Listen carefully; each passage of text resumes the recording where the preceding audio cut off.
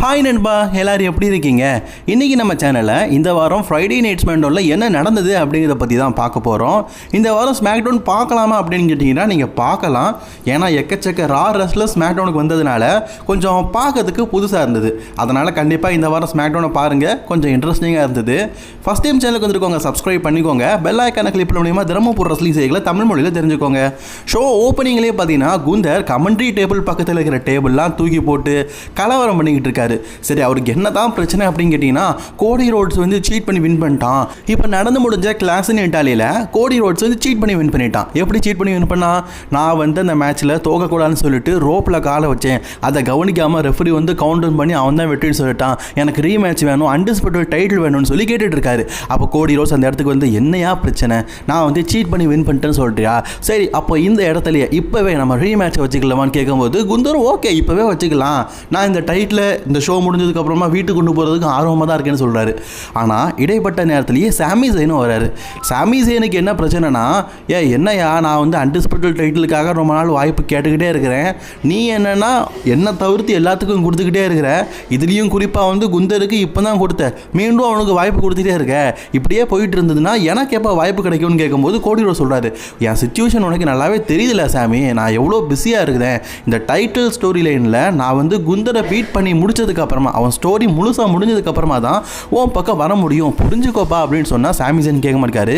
ஒரு கட்டத்தில் பார்த்தீங்கன்னா குந்தர் வந்து கோடி ரோட்ஸ் அட்டாக் பண்ணுறாரு, சாமி ஜெயின் கோடி ரோட்ஸ்க்கு ஹெல்ப் தான் பண்ணுறாரு. ஒரு கட்டத்தில் பார்த்தீங்கன்னா கோடி ரோட்ஸ் வந்து டாப் ரோப் ஜம்ப் பண்ணதுக்கு முயற்சி பண்ணுவார். அந்த நேரத்தில் குந்தர் விலகிடுவார், சாமி ஜெயின் மேலே அடிபட்டுரும். ஐயா சாமி ஜெயின், நான் தெரியாமல் தான் அட்டாக் பண்ணேன் அப்படிங்கிற மாதிரி சொன்னாலும் சாமி ஜெயின் கேட்குற மாதிரி இல்லை, பார்த்தியா இதாயா உன் புத்தியை காட்டிட்டல, என்னையே அட்டாக் பண்ணிட்டல அப்படின்னு சொல்லிட்டு சாமி ஜெயின் பார்த்தீங்கன்னா அந்த இடத்த விட்டு கோச்சிட்டு போயிட்டாரு.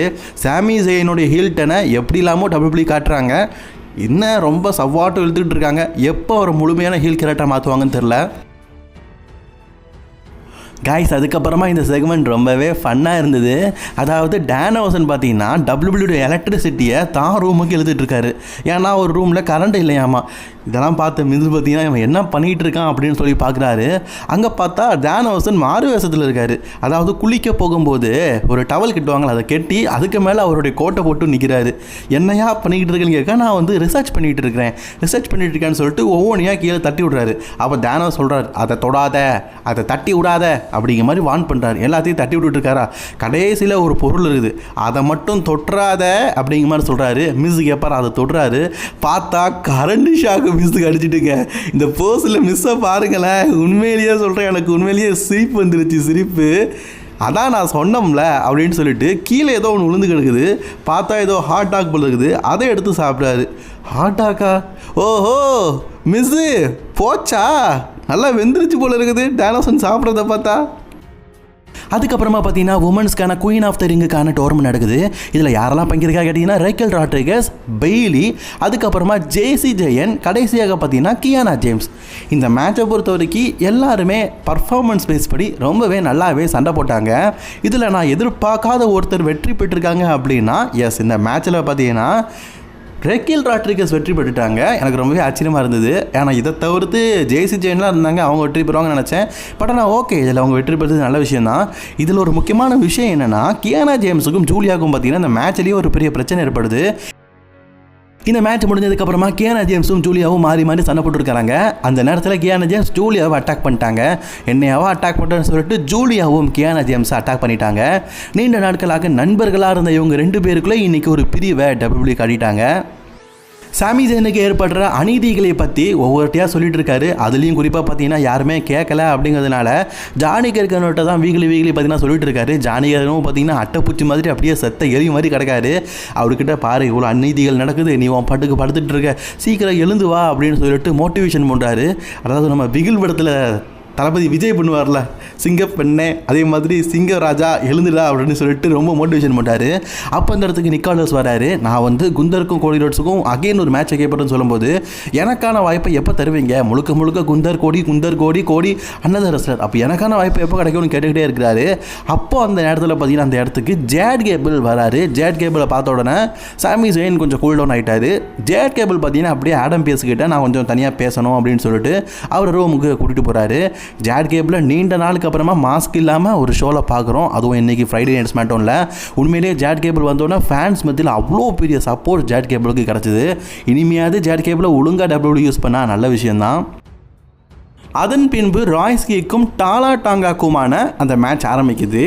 டாலா டாங்கா இந்த மேட்சில் வெற்றி பெற்றுட்டார். அதுக்கு முழுக்க காரணம் சோலோ சிக்காவும் டாமா டாங்காவும் கூடவே இருக்கிறதுனால பார்த்தீங்கன்னா இந்த மேட்ச்சில் நிறைய விதமாக பார்த்தீங்கன்னா சீட் பண்ணுறாங்க. ஃபைனலி இதில் டாலா டாங்கா பார்த்தீங்கன்னா வெற்றி பெற்றார். வெற்றி பெற்றதுக்கு அப்புறமா ராய்ஸ்கி அட்டாக் பண்ணும்போது அந்த இடத்துக்கு ட்ரூத் வந்து ஹெல்ப் பண்ணதுக்காக வராரு.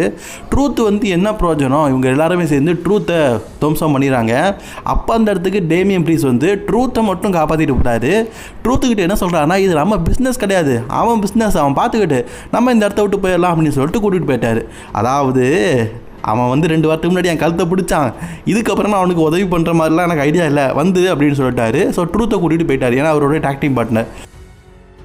இதன் காரணமாக இவங்க எல்லாருமே சேர்ந்து பார்த்தீங்கன்னா ராய்ஸ்கி அட்டாக் பண்ணுறாங்க. அடித்து முடிச்சோடனே சோலோ சிக்கா சொல்கிறாரு, பாத்தியா இவங்களாம் இப்படி தான் ஹெல்ப் பண்ண மாட்டாங்க, என் கூட வந்து ஜாயின் பண்ணி சொன்னேன், நீ கேட்கல, இப்போவும் சொல்கிறேன் என் கூட வந்து ஜாயின் பண்ணிடு அப்படிங்கிற மாதிரி மீண்டும் பார்த்தீங்கன்னா ராய்ஸ்கிட்ட சோலோ சிக்காவை சொல்லிக்கிட்டு இருக்காரு.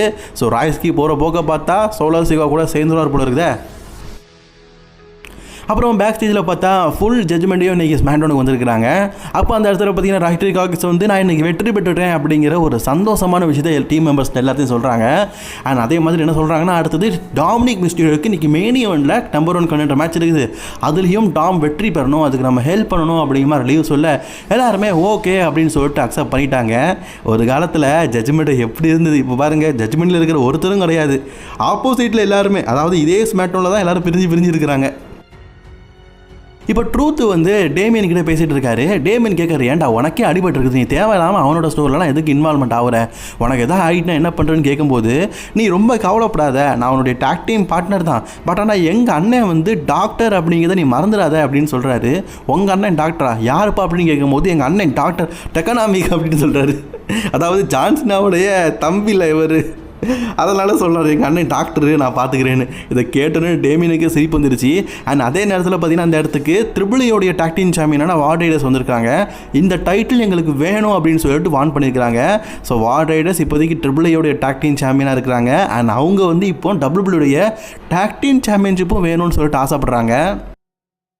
அதன் பின்பு ரியா ரெப்ளேடைய நேரம். ரியா ரெப்ளே பார்த்தீங்கன்னா இப்போ நடந்து முடிஞ்ச கிளாஸ் இன் இட்டாலியில் தன்னுடைய உமன் சாம்பியன்ஷிப்பை ஜேட் கார்கில் இடையிடம் டிஃபெண்ட் செய்து சக்ஸஸ்ஃபுல்லி அவங்க ரீட்டைன் பண்ணிட்டாங்க. வாட் இஸ் நெக்ஸ்ட் அதை பற்றி பேசும்போது அந்த இடத்துக்கு ஷார்லட் ஃப்ளேர் வராங்க.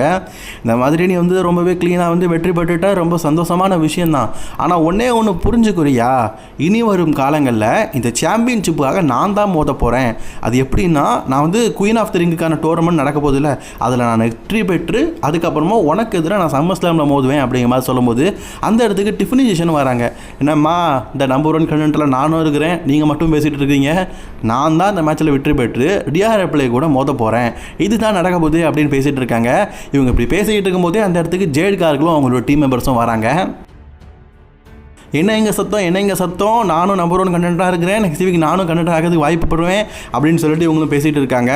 ஷார்லட் பார்த்தீங்கன்னா ஒரு கட்டத்தில் வந்து கடுப்பாகி சொல்கிறாங்க, சரி உன்னுடைய எடுபடிகளில் ஒருத்தரை வந்து நீ டாக் டீமராக ஏற்றுக்க, நான் வந்து இப்போ வந்து டிஃபினி செஷனை டாக் டீம் பார்ட்னராக ஏற்றுக்கிறேன், நம்ம ஒரு டாக் டீம் பார்ட்னராக ஒரு டாக் டீம் மேட்ச் விளாடலாமா அப்படின்னு கேட்கும்போது அக்செப்ட் பண்ணிட்டாங்க. ஷோ ஷார்லட் ஃப்ளேரும் டிஃபினி செஷனும் டாக் டீமாக இணைந்து ஜேட் கார்கிலையும் பி ஃபார்மையும் எதிர்த்து ஒரு மேட்ச் விளாடுறாங்க. பி ஃபார்ம் இல்லைங்க, நம்ம மிஷின் தான் சண்டை போடுறாங்க. பி ஃபார்முக்கு லைட்டாக இன்ஜுரி ஆனதுனால அவங்க கீழே உட்காந்துருக்காங்க. சரி இந்த மேட்ச் உண்மையிலேயே ரொம்பவே விறுவிறுப்பாக போகுது. ஃபைனலி இந்த மேட்ச்சில் டிஃபினி செஷனை ஜேட் கார்கில் பின் பண்ணி இந்த மேட்ச்சில் வின் பண்ணிட்டாங்க. காய்ஸ் இதே நேரத்தில் நான் ஒரு விஷயம் சொல்கிறேன், ஜேட் கார்கில் பின் பண்ணி வின் பண்ணியிருக்கிறது உமன்ஸ் சாம்பியனை வின் பண்ணியிருக்கிறாங்க, அதாவது யுனைடெட் உமன் சாம்பியன். ஸோ ஃப்யூச்சரில் இதை வச்சு ஜேட் கார்கிலுக்கும் டிஃபினி செஷனுக்கும் அகெயின் ஒரு ஸ்டோரி கொண்டு போகலாம். ஜேசி ஜெயின் தோட்டுதாங்க. அதை பற்றி பேக் சைடில் பேசிகிட்டு இருக்கும்போது உமன்ஸ் டாக் டீம் சாம்பியன்ஸ் அந்த இடத்துல ஃபோட்டோ எடுத்துகிட்டு இருக்காங்க. ப்ரீ பெல்லா அண்ட் பேஜ் அவங்கக்கிட்ட சண்டை போட்டு அவங்கள அட்டாக் பண்ணி தான் டீம் மெம்பர்ஸ் கூடிய சீக்கிரம் இந்த டைட்டில் வின் பண்ணுவாங்க. அதாவது ஜேசி ஜெயினுக்கு டாக் டீம் டைட்டில் தேவையில்லை, அவங்க டீம் மெம்பர்ஸுக்கு டைட்டில் தேவை. ஸோ கூடிய சீக்கிரம் இந்த டைட்டில் நாங்கள் வெற்றி பெறுவோம் அப்படின்னு சொல்லிட்டு தூக்கி காட்டியிருக்கிறாங்க. ராய்ஸ்கி கிட்ட போய் ட்ரூத் நடந்ததெல்லாம் சொல்கிறாரு. இந்த மாதிரி அவன் என்னுடைய பிரதர் மாதிரி இல்லை, இப்போ வந்து கொஞ்சம் மாறிட்டான், அவன் மேலே கோவத்தில் இருக்கான், இதை வந்து அவனுக்கு எக்ஸ்பிளைன் பண்ணால் அவன் வந்து இவனை ஏற்றுக்குவான் அப்படிங்கிற மாதிரி ட்ரூத் வந்து ராய்ஸ்கிட்ட சொன்னால், ராய்ஸ்கி சொல்கிறாரு உங்களுடைய ஹெல்ப் வந்து எனக்கு தேவையில்லை, இதுக்கப்புறம் என் பதையை நானே பார்த்துக்கிறேன் அப்படின்னு சொல்கிறாரு. அதுக்கப்புறமா பார்த்தீங்கன்னா ஒரு சிங்கிள்ஸ் மேட்ச். போன வாரம் பார்த்தீங்கன்னா ரிக்கிக்கும் கார்மலைஸுக்கும் ஒரு மேட்ச் நடந்திருக்கும். அது கவுண்டர் மோட் எப்படி முடிவுக்கு வந்திருக்கும். இதனால் இன்றைக்கி உங்களோட ரீமேட்ச்சு. ஸோ ரிக்கி சைன்ஸுக்கும் கார்மலைஸுக்கும் அகெயின் ஒரு ரீமேட்ச். இந்த மேட்ச் பார்த்தீங்கன்னா உண்மையிலேயே நல்லா கொண்டு போகிறாங்க. இந்த மேட்ச்சில் ரிக்கி ரோலப் முறையில் பார்த்தீங்கன்னா கார்மலைஸை பீட் பண்ணி வின் பண்ணிட்டாரு. ஃபைனலி பார்த்தீங்கன்னா கார்மலைஸை ரிக்கி ஸ்டைன் பார்த்தீங்கன்னா வின் பண்ணிட்டாரு. மெயின் ஈவெண்ட்டாக கிங் ஆஃப் தி ரிங்குக்கான டோர்னமெண்ட்டில் ட்ரிக் வில்லியம்ஸும் இருக்கிறாரு, உங்களுக்கு தெரியும். அதை பற்றி பேக் ஸ்டேஜில் பேசிகிட்டு இருக்கும்போது அந்த இடத்துல பிரான் பிரேக்கர் வந்து இவரை பார்த்து முறைச்சிட்டு இருக்காரு. ஆக்சுவலி பிரான் பிரேக்கரும் இன்றைக்கி நம்பர் 1 கண்டெண்டரில் இருக்காரு, அதனால தான் இவரை பார்த்து அப்படி முறைக்கிறாரு. ஆக்சுவலி இந்த முறைப்பு சம்பவம் உண்மையிலேயே பங்கமாக இருந்தது. டிஃபனி செஷன்ட்ட செல்சுகிரீன் சொல்கிறாங்க, ஒருவேளை இன்றைக்கி டேக் டீம் பார்ட்னராக நான் உன் கூட இருந்திருந்தா இன்றைக்கி கண்டிப்பாக வந்து நீ வெற்றி பெற்றிருப்ப, இனி வரும் காலங்களில் உனக்கு டேக் டீம் பார்ட்னர் தேவைப்பட்டா என்ன அணுகு அப்படின்னு சொல்கிறாங்க. ஸோ அந்த இடத்துல பார்த்தீங்கன்னா சிரிச்சுக்கிட்டே ஓகே இல்லை அப்படின்னு சொல்லாமல் போயிட்டாங்க. அண்ட் இதே நேரத்தில் இன்றைக்கி ஒரு சிங்கிள்ஸ் மேட்ச் பார்த்தீங்கன்னா செல்சுகிரீனுக்கு இருக்குது. போன வாரம் நயா ஜாக்ஸை டிஃபனி சேஷனுடைய ஹெல்ப்பின் மூலியமாக பீட் பண்ணாங்க செல்சுகிரீன். ஆனால் இன்றைக்கி லாஸ்ட் லெஜெண்ட் கூட போகிறாங்க. அக்கா உண்மையிலேயே செல்சுகிரீனை பிச்சு உதறிட்டாங்க. உண்மையிலேயே செல்சுகிரீன் அடி வாங்குறத பார்க்கும்போது பரிதாபமாக தான் இருக்குது. அண்ட் ஃபைனலி பார்த்தீங்கன்னா இந்த மேட்ச்சில் செல்சுகிரீன் தோற்று போயிட்டாங்க. லாஸ்ட் லெஜெண்ட் இந்த மேட்ச்சில் வெற்றி பெற்றுட்டாங்க. இந்த வாரம் நடந்த ட்ரிபிள் ஏல பார்த்தீங்கன்னா நியூ ட்ரிபிள் ஏயோடைய சாம்பியனாக இருக்கிறாரு, அதாவது ட்ரிபிள் ஏயோடைய க்ரூசர்வெயிட் சாம்பியனாக இருக்கிறாரு ரே ஃபினிக்ஸ். அதை பற்றி ஆக்சியன் டீம்கிட்ட பேசிகிட்டு இருக்கும்போது அந்த இடத்துல ஜேட் கேபிள் வந்து நான் தனியாக கொஞ்சம் பேசணும் அப்படின்னு சொல்லும்போது ரே ஃபினிக்ஸும் ஏற்றுக்கிட்டாரு. இந்த மாதிரி மாஸ்க்கை போட்டுட்டு நான் சில கொடுமைகளை பண்ணியிருக்கிறேன், நான் மாஸ்கோட பெருமை என்ன அப்படிங்கிறது நான் மாஸ்க் போடும்போது தான் தெரிஞ்சுக்கிட்டேன், நீங்களாம் பெரிய ஆட்கள் அப்படின்னு சொல்லிட்டு ரசல்மேனியாவில் நான் வந்து உன் கூட ஒருக்கா மோதினேன், அந்த மேட்ச்சில் வந்து நான் வந்து நிறைய விஷயங்களை உன்னை காயப்படுத்துகிறேன், அதுக்காக என்னை மன்னிச்சிரு அப்படின்னு சொல்லிட்டு ஜேட் கேபிள் வந்து ஒரு மன்னிப்பை பார்த்தீங்கன்னா இன்னைக்கு ரே ஃபினிக்ஸ்ட கேட்டிருக்காரு. அதுக்கப்புறமா கோடி ரோட்ஸோட நேரம், நீ குந்தரோட சேலஞ்சை அக்செப்ட் பண்ண போறியா, சாமி ஜெயினோட சேலஞ்சை அக்செப்ட் பண்ண போறியான்னு கேட்கும்போது நான் குந்தருக்கு தான் முதல் பாதமாக நான் வந்து வழி கொடுக்க போகிறேன், குந்தர் கூட எப்போ முதலான்னு கேட்கும்போது எப்போ வேணாலும் ஓகே, நெக்ஸ்ட் வீக் வச்சுக்கலாமா அப்படின்னு கேட்கும்போது ஓகே நெக்ஸ்ட் வீக் வச்சுக்கலாம் அப்படின்னு சொல்லிட்டு கோடி ரோட்ஸ் அக்செப்ட் பண்ணிட்டாரு. ஸோ மேபி எனக்கு தெரிஞ்சு நெக்ஸ்ட் வீக் குந்தருக்கும் கோடி ரோட்ஸுக்கும் அன்டிஸ்பியூட்டட் சாம்பியன்ஷிப் ஸ்மாக் டவுனில் நடக்க வாய்ப்பு அதிகமாக இருக்குது. காய்ஸ் நம்ம இப்போ மெயின் ஈவெண்ட் டைமுக்கு வந்துட்டோம். மெயின் ஈவெண்ட்டாக பார்த்தீங்கன்னா கிங் ஆஃப் தி ரிங்குக்கான டோர்னமெண்ட் தான் நடக்க போகுது. இதில் யாரெல்லாம் பங்கேற்கான்னு கேட்டிங்கன்னா கரண்ட் டாக் டீம் சாம்பியனாக இருக்கிற டேமியன் ப்ரீஸ்ட், ட்ரிபிள்யூடைய மெகா சாம்பியனாக இருக்கிற டொமினிக் மிஸ்டீரியோ, அதுக்கப்புறமா டபிள்யூடைய வேர்ல்டு டாக் டீம் சாம்பியனாக இருக்கிற பிரான் பிரேக்கர், அதுக்கப்புறமா டபிள்யூடைய யுனைடெட் சாம்பியனாக இருக்கிற ட்ரிக் வில்லியம்ஸ். ஒன்று கவனிச்சிங்களா, இந்த 4 பேருமே கரண்ட்லி சாம்பியனாக இருக்கிறாங்க. இதை நான் கவனிக்காம விட்டேனே. சரி இந்த மேட்ச் உண்மையிலேயே எனக்கு ரொம்ப ரொம்ப பிடிச்சிருந்து காய்ஸ். இந்த மேட்ச்சில் நடந்த ஒரு சில நல்ல மூமெண்ட்டை பற்றி நான் இந்த இடத்துல உங்கள்கிட்ட பகிர விரும்புகிறேன். ஒரு கட்டத்தில் பிரான் பிரேக்கரை சமாளிக்கிறதுக்காக டாமினிக்கும் டேமியனும் பழையபடி ஒன்று சேர்ந்துருப்பாங்க. இவங்க எல்லாரும் முன்னாடி ஜட்ஜ்மெண்ட்டில் இருந்தாங்கல்ல, அப்போது இதை பார்த்து டாம் பார்த்தீங்கன்னா நம்ம சேர்ந்துட்டோமா, நீ எனக்கா ஹெல்ப் பண்ண அப்படின்னு கேட்கும்போது இவங்க 2 பேரும் சிரிச்ச மூமெண்ட்லாம் நல்லா இருந்தது. அண்ட் ஃபைனலி பார்த்தீங்கன்னா இதில் டேமியன் டாமினிக் மிஸ்டீரியோக்கு சோக்ஸ்லாம் போட்டு வின் பண்ணலான்னு பார்க்கும்போது லியூமோகன் இருக்கிறாங்களா, கரெக்டாக பார்த்தீங்கன்னா டேமியனுடைய கொட்டையிலே அடிச்சிட்டாங்க. கட்டையில் அடித்தா பரவாயில்ல, கொட்டையில் அடித்தா வலிக்க தானே செய்யும். கலங்கிட்டாருங்க மனசு, அந்த இடத்துல அப்படியே உருண்டுட்டார்.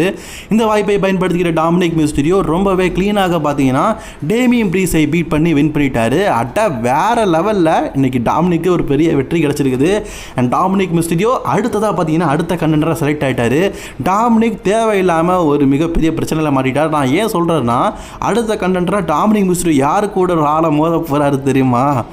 ஓபா ஃபெமி கூட. செத்தான் சிவனாண்டி. சரி, இன்றைக்கான ஸ்மாக்டவுன் அவ்வளோதான். எப்படி இருந்தது மறக்காமல் கமெண்ட் பண்ணிக்கோங்க. அண்ட் இந்த வீடியோ பிடிச்சினா லைக் ஷேர் பண்ணிக்கோங்க. தொடர்ந்து வீடியோ பார்க்க சேனலை சப்ஸ்கிரைப் பண்ணிக்கோங்க. பாய் அண்ட் பூஸ்.